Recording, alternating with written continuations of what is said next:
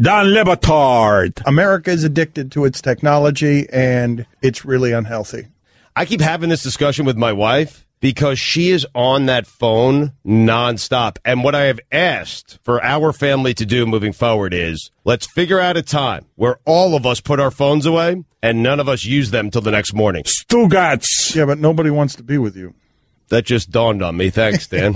This is the Don Le Batard Show with the Stugotz on ESPN Radio. Telephone number, if you want to talk to Tim Kurkjian, is 786-456-4837. Let's go out to Parker. Parker, you're on with Tim Kurkjian. What do you have for Tim Kurkjian, Parker? Hey, Tom, would you rather wear flip-flops or get punched in the nose?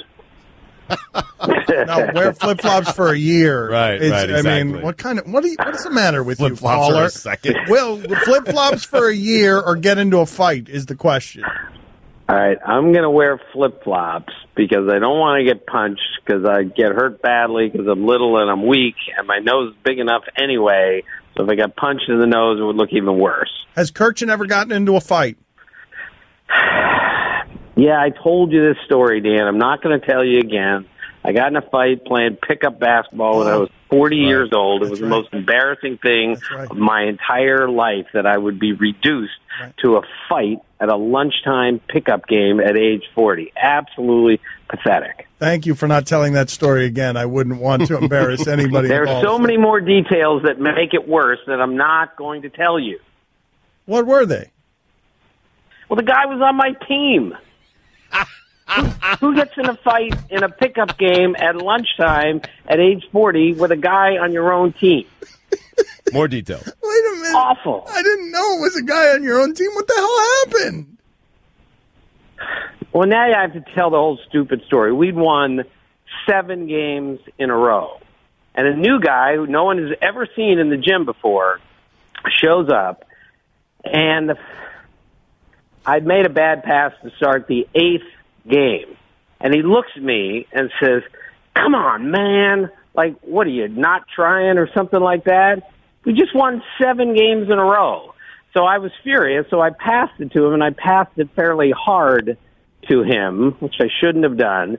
He caught it, he was furious, and he threw it at me, and then he charged me, so then I got in a fight. The fight lasted literally 3 seconds. I lost badly. The fight was broken up, and that was the end of it. It was ridiculous. And then you forgot this detail. I went home with a black eye, told my wife I got elbowed playing basketball, and then 4 days later I told her the truth. Good job sticking to your guns by not telling the story again. You are the best, Tim. You are No, that is the worst story ever to be taken in on something like that. God. I can imagine the 4 days of Tim Kurkjian feeling guilt because he lied to his wife. Like, how I can't imagine how guilty you were. Did you have trouble sleeping because you lied to your wife? Yeah, and I had a black eye also. That didn't help. Oh, my God. He is the best. Bill, you're on with Tim Kurkjian. Go ahead. Hi, Tim. As a Dodger fan, I know never to underestimate the Giants, but is this finally the year that they have to be sellers at the deadline? The Dodgers are going to be buyers at the deadline. I hope I understood Giants. that. And I I think think the Giants will be sellers at the deadline. Yes, I believe.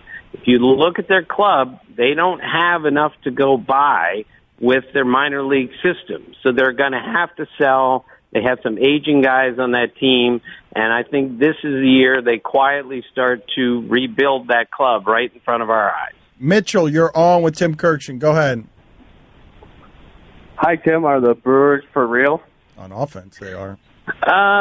The Brewers can really hit, but I don't think they're for real enough to win that division over the Cubs. I don't think they're for real enough to make the playoffs, but they are clearly going in the right direction with some of the moves they've made, some of the young people they have on their team. I'd be encouraged if I were a Brewer fan, but I don't think it's a playoff team this year.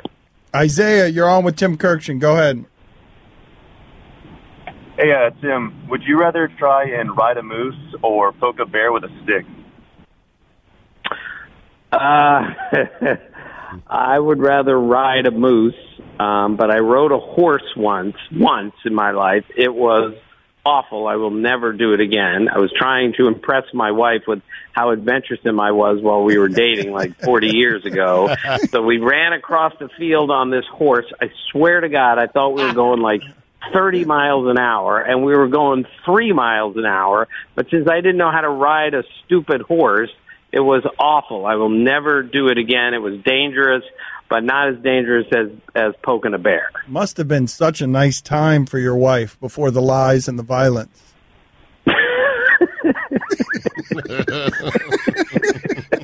Like, she must look back so fondly at that time. When, I mean, you started with a lie, Kurkjian. You're like, I'm adventuresome. Little did she know she was. I never said I was adventuresome. I told her I wasn't adventuresome. I can't do anything like that. Right. But she said, "Look, you have to branch out." So I branched out, and I almost fell off a horse. Dixon, you're on with Tim Kurkjian. Go ahead, Dixon. Hey, Tom, how bad are the Phillies, and how long until they're actually any good at all? Thanks. The Phillies are the worst team in baseball this year, and I did not see that happening. I thought they had made a nice little step forward last year, but this is a step backwards. They still have some good kids in that system. They still made some really nice trades for those older guys, but step back like this is going to cost them maybe another year, and they're rebuilding. Daniel, you're on with Kurkjian. Go ahead. Hey, Tim, do you think the Cleveland's going to be in first place after this weekend series up there in Minnesota? I'm going to say no. I'm going to say the Twins, they play 4 this weekend. I would say the Twins will win a couple, keep it at 2 or something like that. But Cleveland's going to win this division. The Indians haven't played well yet. They're going to. They are loaded in their lineup, and they're going to get their pitching healthy now that Corey Kluber is back. Charlie, you're on with Kurkjian. Go. Hey, good morning, Tim. It's Charlie from Vegas. Unfortunately, no 3-team parlay this week. I just wanted to know how, with the Rockies being hot lately, how do you think the Dodgers will fare in the NL West? And do you know if there's going to be a season 2 for Brockmeyer? Thanks. There is a season 2 for Brockmeyer, and Hank Azaria told me that I would be on the second season because, I'm quoting here, you were so bad in the first episode you did, we're going to bring you back for a second. I'm not kidding. That's what he said. As for the Rockies, I think they're going to make the playoffs. I think the Dodgers are going to win that division. But when you're the Rockies and you make the playoffs, that's a great thing. They're for real, and they're pretty darn good. Billy, you're on with Kurkjian. Go. Go ahead, Billy. Hey, Billy here. Hey, Billy here, Westford, Vermont. Hey, Tim. Hey, guys. Hey, my dad used to brag on Al Kaline out there in the right field. We used to see him there winging it in. And who's got the arm these days? I always see him bouncing it. Best outfield arm in baseball. Christ almighty, you long-winded gasbag jerk. I would say Jackie Bradley Jr. of the Red Sox has the best arm in baseball. I talked to him about this. He threw a baseball, Dan, from home plate into the center field seat, deep into the center field seats at Fenway Park. We estimated it was a throw of at least 430 feet. And he looked at me and he goes, how many guys do you think can hit a baseball 430 feet and throw one 430 feet? Interesting question. Are you ready for our game? All right, very good. Yeah. Does Madison Bumgarner look like the neighbor who loves to tell the story of how his son finally became a man by taking out the family dog and putting her down in the backyard? That's good. Does Clint Hurdle look like the guy at a golf outing wearing a mock turtleneck who cracks open a beer on the first tee, slurps the froth, and exclaims, "It's 5 o'clock somewhere," just after he makes final adjustments to his tennis elbow brace? Does Luis Scola look like the guy riding a horse on the cover of your divorced mother-in-law's romance novel? Does Brian Windhorst look like the overly nervous kid in a group of adventurous boys who, when presented with the idea of toilet papering the principal's house, says, "Gee, fellas, I'm not sure that's such a good idea"? Does Adnan Virk look like the weatherman on Good Morning Portland?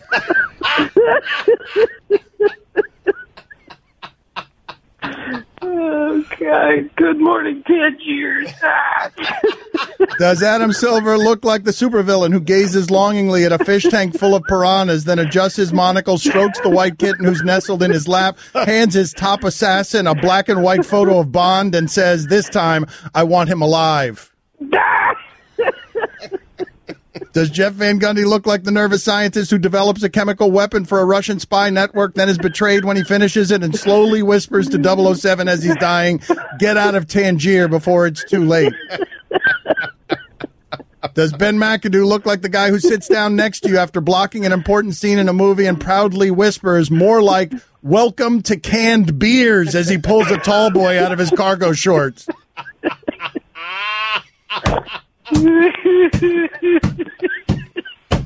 Don Le Batard. Blink 192. Stugotz. Miko. That's a fine. Oh, Blink 182. Ah, bleep it. Do I get fined for that? Yes, you do. Yes, you get fined. I thought they were names of people, not just bands. Names in general. I mean, come on, man. Blink 192. I know, I made it 192. That's funny. You put this in place, man. You know what? I still owe $1 from No, but wait a minute. No, from last week. Hold on. That should be more than $1, Dan. This is the Don Le Batard Show with the Stugotz on ESPN Radio. In the history of our looks like game, the most popular guys have been Jim Tomsula, Dave Wanstedt, and Ben McAdoo. Ben McAdoo is ruining that. He is changing his look. Ben McAdoo and now has gel in his hair. Put that on the poll, Guillermo, please. Are you disappointed that 39-year-old Ben McAdoo, he's only 39. Right. It is slicked back, man. Like Riley slicked back. He's got a lot of gel in it, but it opens a whole new category, I feel like, for Ben McAdoo. He looks like an entirely different person. He's really ruined it. Ben McAdoo has really ruined it. Right now, he's doing that thing where, like, you go to the haircut place, like you go to the barber, whatever, and you try out this new haircut that they give you, and that's gonna last like 2 days, and then he's gonna get tired of putting the gel in it. Like, he just left Supercuts, and they took his picture after he left Supercuts, and that's it. And in a week, it'll be old Ben McAdoo again. I hope so. Watch. I hope so, because this has been really disappointing to see him change his look. Again, put that on the poll as well. Are you shocked that Ben McAdoo, I think he's only 39 years old still. I don't know whether he's had a birthday or not last time we talked about it. Do you think we crossed his mind when he got a haircut? No, I'm serious, man. Like, don't you think, like, he hears the show or someone that he's friends with, listens to the show, and then, hey, these guys are making fun of you constantly on ESPN radio. He says, hey, you know what? All right, that's it. I'm going to the barber. I'm going to get a new haircut. I'm going to slick it back like Riley. Where are those guys from? Miami. Oh, I'm going to get it like Riley. That's how they'll respect me. You don't think there's a shot? You discount just how many people are listening to us, man. Seriously. And what an impact we have on things that happen in sports and outside of sports. Really do. I mean, we are tastemakers, Dan. We are trendsetters. If we make fun of people for something about their physical appearance, which we never do. I never do. I certainly never do. But in this case, we did with Ben McAdoo, that I am telling you, we have enough power to instigate change. And in this particular case, I feel like we've instigated some change here. Important change.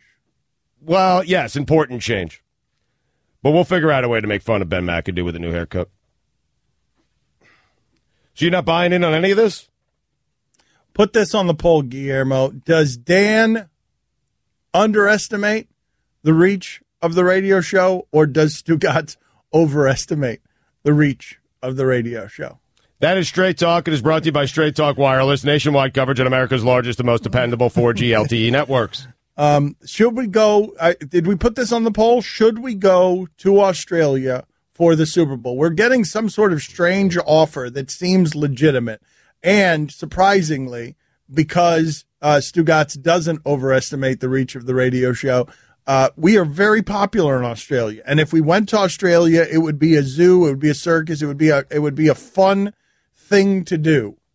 I'm not sure how much of a zoo. Australia's huge. Like, Australia's big, right? Continent. So if we say, hey, meet us in Sydney, then, like, because I hear from, like, regularly, like, about 40 Australians that love our podcast, which to me is a pretty big deal. But that's in a continent. So, like, It'd be like yeah. a Today Show. So, like, if we get 12 people out there, is that a circus? You were just doubting our reach, and now you're saying we're huge in Australia? We are huge in Australia. Weirdly, we are huge in Australia and huge in the Philippines. I don't get it, but we are. Well, Philippines can be explained because Eric Spoelstra, a lot of Heat fans are in the Philippines, and we talk a lot of Heat basketball here. Australia, that's a peculiar one. James Ennis, maybe? All right, should we go? Yes or no is the question. Should we do the Super Bowl from Australia? I've read the email that Mike was talking about. It seems legit. It's very well written. All the important people are copied on the email. I do feel like perhaps they need to be vetted a little bit. Well, the first thing before we get on a flight to Australia, do you? Yeah. Do you? That's good things you're in charge of sort of the housekeeping on this. Just making sure. That's good. That's good that you're doing some advanced work on it. If you want me to be the guy that does the vetting, right. I'm happy to do it. So you don't think, let me just get this straight. I want to make sure I have this right.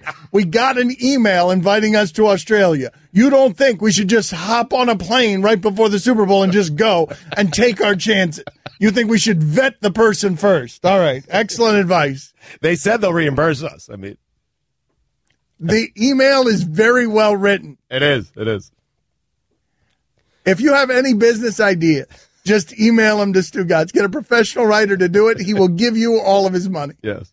The email is very well written. Email me your ideas and wire me your money. So you think we should vet the person before heading off to a foreign land, possibly to never return? Yes, okay. We got a security guard out here who's staring at a wall every day, 4 hours a day, because Mike Ryan felt we needed protection out here. You think we should vet an emailer inviting us to another country? This poor security guard, I feel bad for him every day. He's staring at a wall. I don't know if he's ever had human interaction other than us. Protecting us from what? There was one guy that wanted to take a picture, and we're like, get him! He broke that man's arm.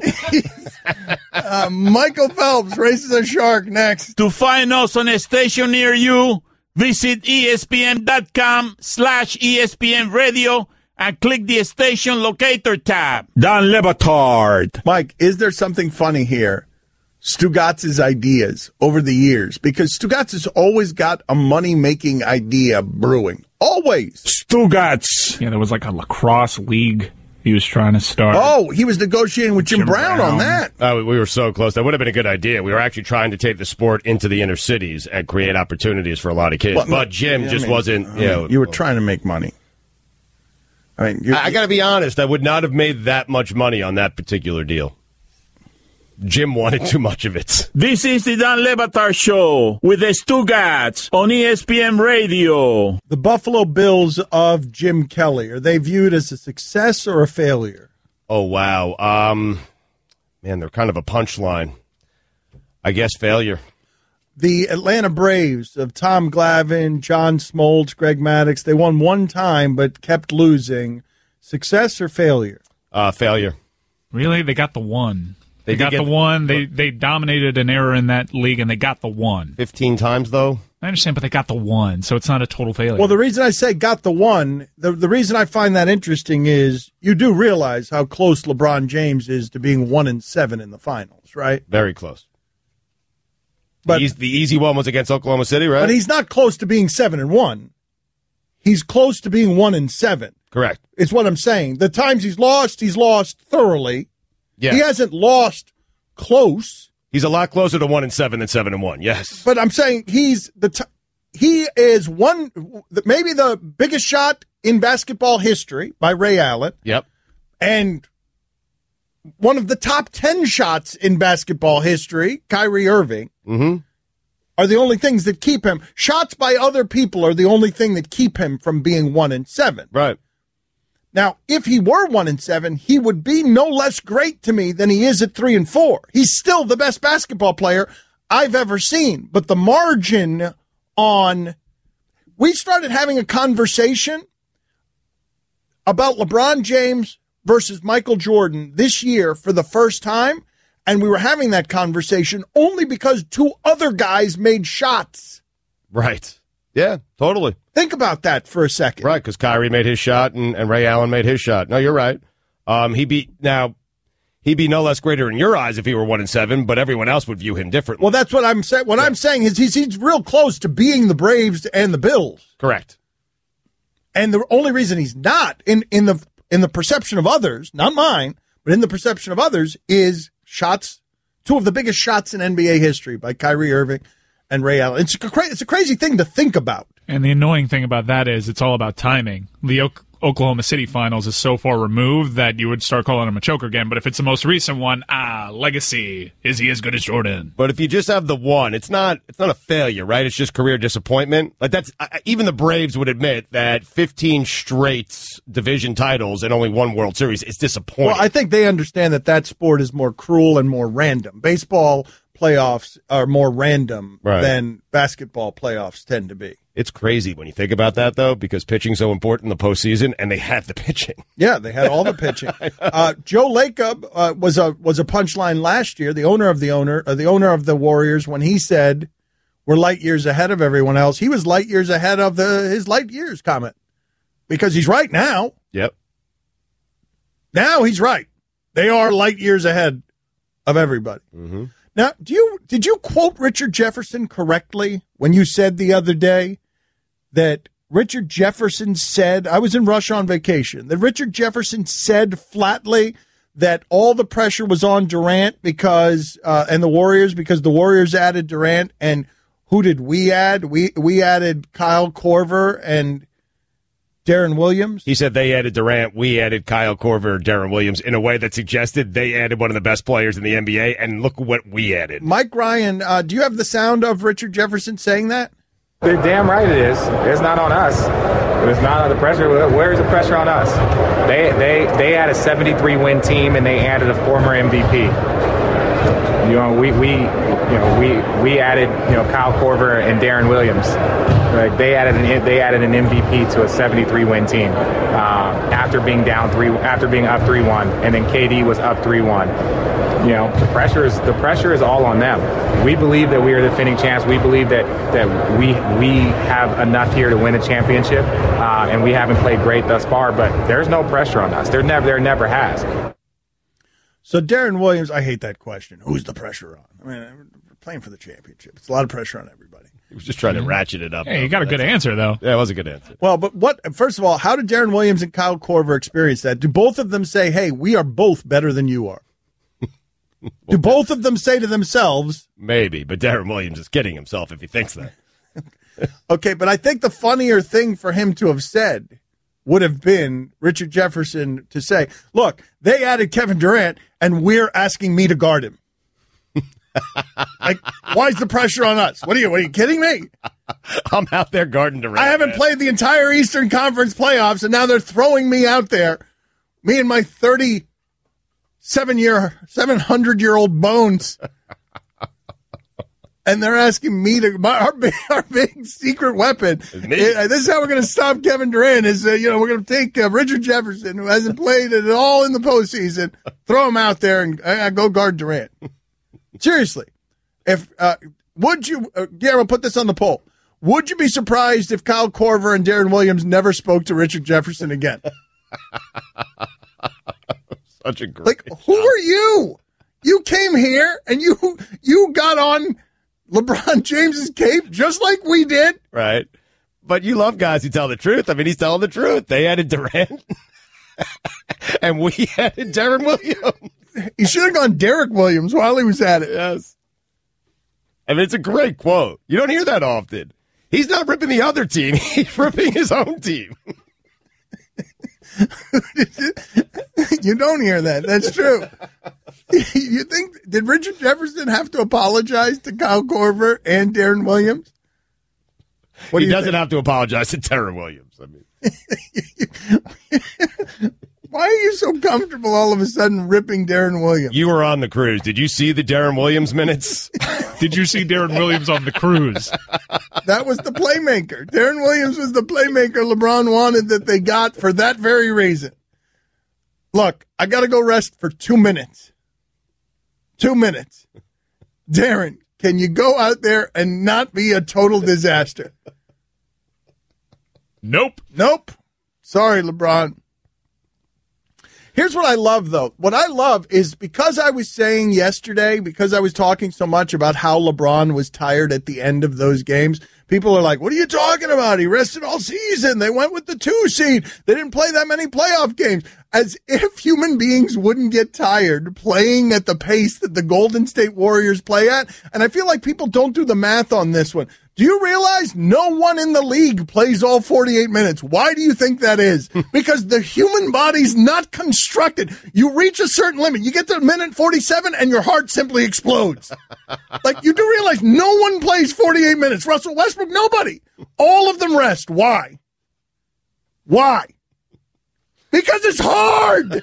I feel like Russ could, though. No, but I'm saying, like, people are like, what's LeBron tired? He rested 9 days ago. Why would he be tired in the 46th minute of guarding an extraterrestrial? Why? Why does he need to rest? Why does he need to sit for even 2 minutes? It does seem like a short period of time when you consider timeouts, in between quarters, halftime. I mean, it's a 46-minute sprint, 48-minute sprint. I just love that, though. I love that the guy with Cheetos on his fingers on one hand and his hand is underwear. Why'd you get tired? Why? He rested. He's rested all season. And then he'll complain when he doesn't close out on Klay Thompson. That's right. But the thing is, did anyone else find this weird? LeBron gasping for breath is something I hadn't seen before. Like that, like sucking air because of the pace. Yeah, because he wanted to make sure you saw that part. Yeah, we talked about that. Yes, I had never seen that before. There are people watching without the sound on. Okay, let me just really like... Dan's watching on his balcony on his phone. He doesn't know, like, he's getting in Russian. No. I could look tired. Right. But the 48-minute LeBron guy, I understand, because you would rather have LeBron James at like 2% than Deron Williams at 100%. Would you not? He's the worst basketball player I've ever seen. Oh, for the love of God. Okay, put on the poll, Guillermo. Would you rather have LeBron James at 2% than Deron Williams at 100%? It was really weird that LeBron started fanning himself like by pulling his jersey in, and I'm like, oh, boy. Yeah, So you guys think that was for show? That's not because he was actually tired. He was tired, but he's like, I need to make sure people know. Right. Yeah, this needs to be. I feel like the LeBron critics. LeBron could be running back and forth, and his face could explode, and his heart could explode, and he could get an and one. And you guys would be saying he did that for show. Why is he tired? He rested 6 months ago. Now get up and make that free throw. Yeah. Don Le Batard. I met Rob. You've met Rob Kardashian. Remember I went to California last year with my family? I was waiting with my daughter outside his house, and he just happened to come out. Did you see Rob or you met Rob? I said hello to Rob. Did he say hello back? No. That's not a meeting. That's not a meeting. Stugotz. And Ken Jeong was at the gym with me. Ken Jeong. He was doing the treadmill. I was doing the elliptical. I only went on the elliptical to try to spark up a conversation with Ken Jeong. That's the only one I believe out of the three.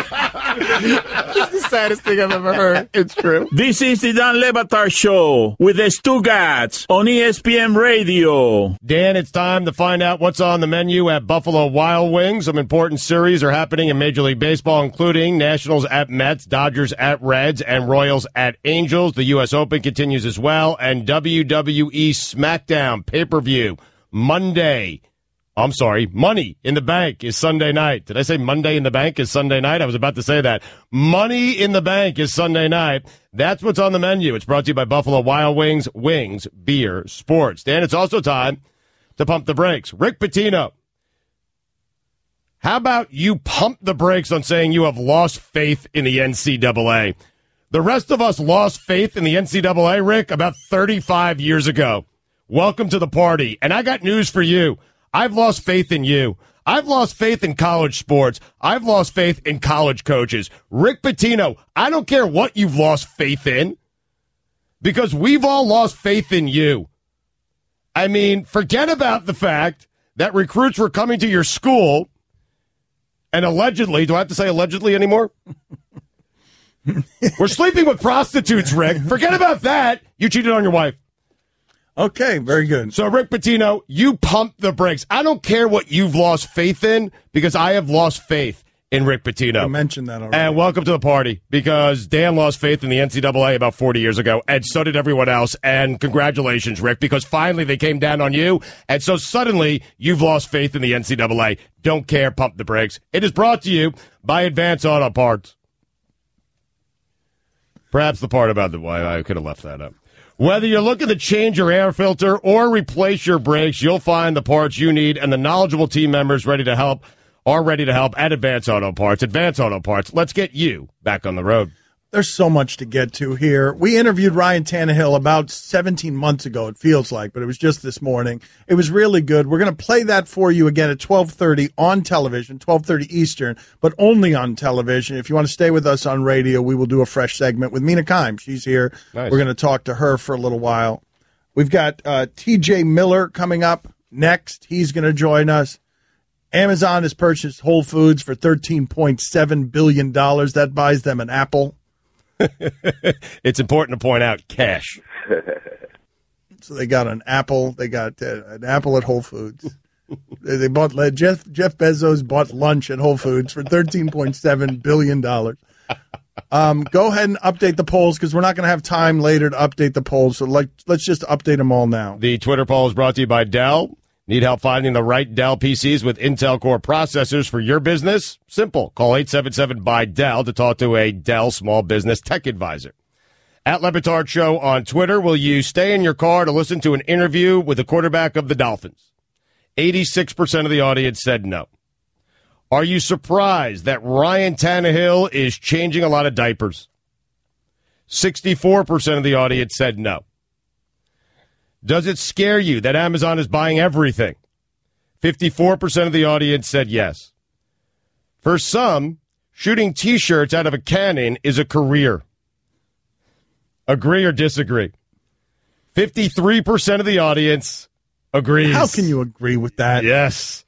For some. For some. Are street performers in show business? We are the lowest rung of the show business ladder, unless you count street performers as show business. Well, 56% of our audience does not.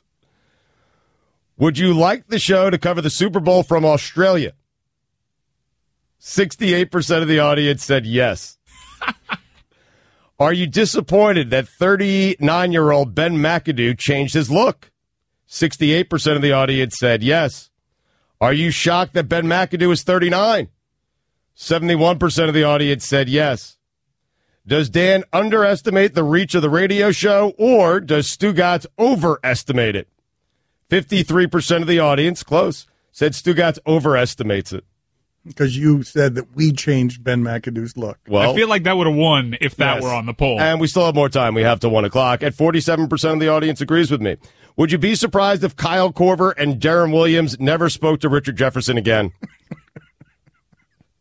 That's a great question. Like they pass each other at weddings and stuff, not talking to each other, very icy stares between them. 59% of the audience said no. Would you rather have LeBron James at 2% than Darren Williams at 100%? All right. 66% of the audience said yes. All right, so that concludes the polls at Le Batard Show. TJ Miller is up next. TJ Miller's up next. We will talk to him, of course, about Michael Phelps racing a shark. Hi, everyone. Stugotz here. Support for the Dan Le Batard Show podcast comes from our friends at Rocket Mortgage by Quicken Loans. Chances are you are confident when it comes to your work, your hobbies, and your life. Rocket Mortgage gives you the same level of confidence when it comes to buying a home or refinancing your existing home loan. Rocket Mortgage is simple, allowing you to fully understand all the details and be confident you are getting the right mortgage for you. To get started, go to rocketmortgage.com/Stugotz. That's rocketmortgage.com/Stugotz, STUGOTZ. Equal housing lender, licensed in all 50 states. NMLS consumeraccess.org number 3030. And now, insurance-minded speeches from GEICO. Hardship. My grandmother would go through it every month to pay her insurance bill. First, she would handwrite a paper check in cursive. Then, using her own tongue, she would wet a stamp for an envelope. Today, however, we need not weary our hands and tongues. Today, we can pay our Geico bill with the Geico app. Away with hardship. In with bill pay on the Geico app. Thank you.